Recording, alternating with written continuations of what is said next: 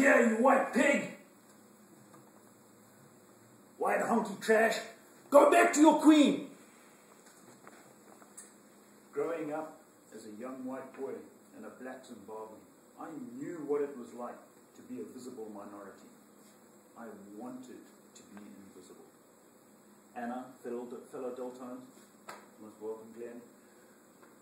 Tonight's presentation is all about how do you create the process and the content for the killer opening.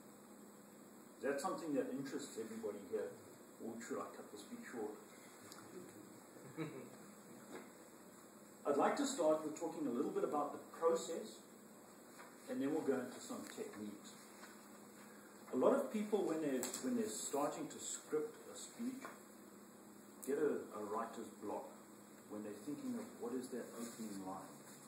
That's where they start to speech. And I think the first secret is to recognize that every piece of communication, whether it's a speech or in everyday life, has an objective. And the objective of a speech is normally determined by how you're going to close. So Ian, for example, would have been, how does he, instead of compelling people to change their lighting habits, how does he impel them? How does he create in them the desire to change themselves? That conclusion then drives, what is the content? How am I going to explain this whole concept to get to the right conclusion? So what's the purpose of an introduction? It's to introduce the topic. It's to build rapport. And so when we talk about building the rapport, there are some key criteria in building a rapport that are common to every speech. Even before you've uttered your first words, it's how do you approach the lectern? How do you build that rapport? Coming up and creating positive energy. Coming up with a smile, being dressed for the part. It actually starts even way before that. It's how do you set up the room? How do you want to be introduced? So your introduction, your beginning, starts a long time before that very first line. And once you've developed the conclusion and the body of the speech, then finally you're in a position to say, how do I create that energy? And it's only then, once you've contacted the chairperson and told them what it's all about, what your introduction's like, how the room setup is going to work, then you're worried about what's the first line, and then you can get into the techniques. One key thing about introductions is that it should always be short as well. It should take probably less than 5 or 10% of your speech to get through the introduction and to get everybody on the edge of their seats and wanting to listen to more. Just the one. There we go. So let's just shout out a few things that spring to mind. If you were creative, what techniques would you use to create that energy and get people excited about listening to a speech? Just shout them out. You can read the sheet and read off them if you don't want to shout them out. I think a clear, loud, friendly voice. Okay, for sure. Yeah, you want to be heard, for sure. Any other common techniques that when you've written speeches that you've employed? Something that makes people curious and hooks them. Okay, good. Well, let's start with that. Yeah, Karen? Rhetorical questions. Rhetorical questions, for sure. There's a whole series that are on these handouts, and we'll go through each of them. Do you have that, brother? Yeah. Why do I have more than? Just pass them on. Pass them on. I need one. Here we Second go. one. Does anybody have a few of them? Thank This you. guys are here. Here we go. Okay. Right. And I've given it, by all means, write on them. If you want the template, I can send it out afterwards. It's a handy sheet to have when you're developing your next speech. When you're actually sitting down and writing and you are trying to create ideas about how do you create a killer opening. So let's go into them, and we'll use a couple of examples that we've already heard. A rhetorical question. So in a speech about first aid, you could say something along the lines of, how do you stop a child your child, any child, maybe your grandchild or your niece or nephew, if they're starting to choke, how do you stop them from choking? The idea here is that it's something that is relevant to everybody who's in the audience, and it makes them stop and think and engages them from that perspective. The one word of caution that I would have if you're using a rhetorical question is to be mindful of the state of mind of the audience. If you're doing an after-dinner speech where everybody's already had a couple of glasses of wine, they probably don't want to have to think. If you're at a business meeting and it's first thing in the morning and everybody is really sharp, this is a fantastic way to open a speech and to capture everybody. Bob, you had an idea as to how to open a speech. Well, a lot of books have a hook at the beginning of them, and so I think a hook at the beginning of a speech that draws you in and gets your attention. And how would you create that hook? Can you think of a specific example? Something that would pique people's interest and have them wanting for more. Okay, well, I think that a couple of those, using the hook, I think will come out of a couple of the other techniques. Let's, a hook might, for example, be the importance of the topic. So you could start by saying something along the lines of, especially at this time of the year, it's awesome to have that golden, glowing copper tone to your skin. Far better than being white and pasty, like most of us feel at this time of the year. But consider, is it worth the emotional distress, the cost, the possibility of dying from cancer? So you're creating a hook by contrasting what a person might currently be thinking with what the consequences of that might be. You could create a hook by going for the startling effect. If you were passionate about something, if you were in the anti-smoking lobby and that was something that you were passionate about, you could start with that startling statement. Smoking kills. Did you know that every single year in America, more people die from cancer related to smoking than died from battle in the entire Second World War and Vietnam War? Did you know that? So it's really hammering home with a startling piece of information, and it sets up the introduction, because people then know what you're wanting to talk about, and it certainly doesn't take a lot of time. It makes people sit up and take notice right away.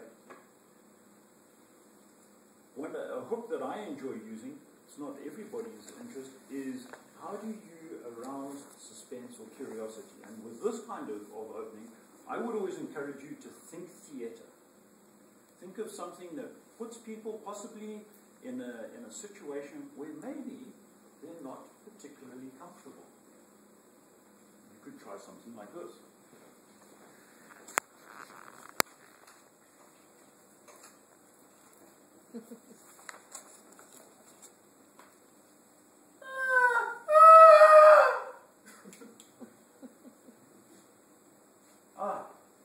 There it is. Do things that make noises in the dark scare you?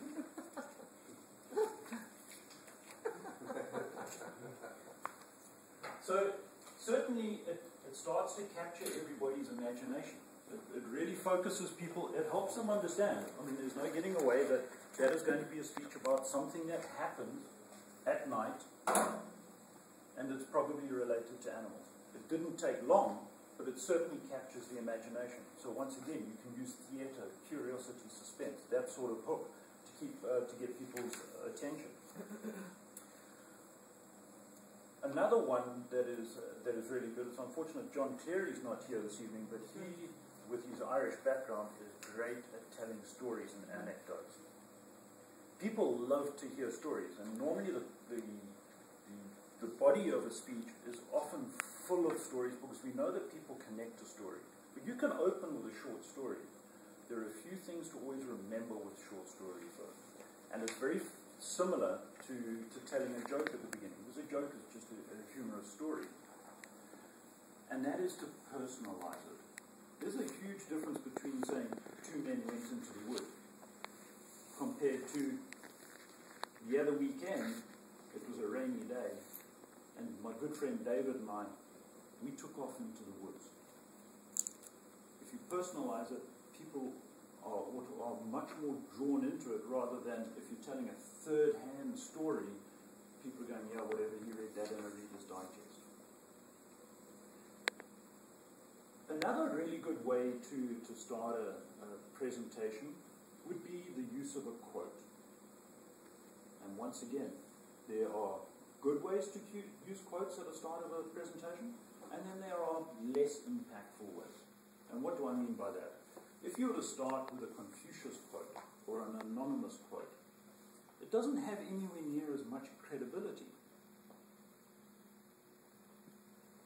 Quite often with that sort of quote, what will happen is someone else, who's probably also anonymous or another Confucius saying, will have a contra quote. I went to a different Toastmasters meeting just this last week, and he gave a quote at the beginning that said it doesn't really matter what you're doing, but as long as you're working hard, good things will happen to you. And the contra quote for that could come from a country and western song, which goes along the lines of, if you don't know where you're going, you'll end up somewhere else.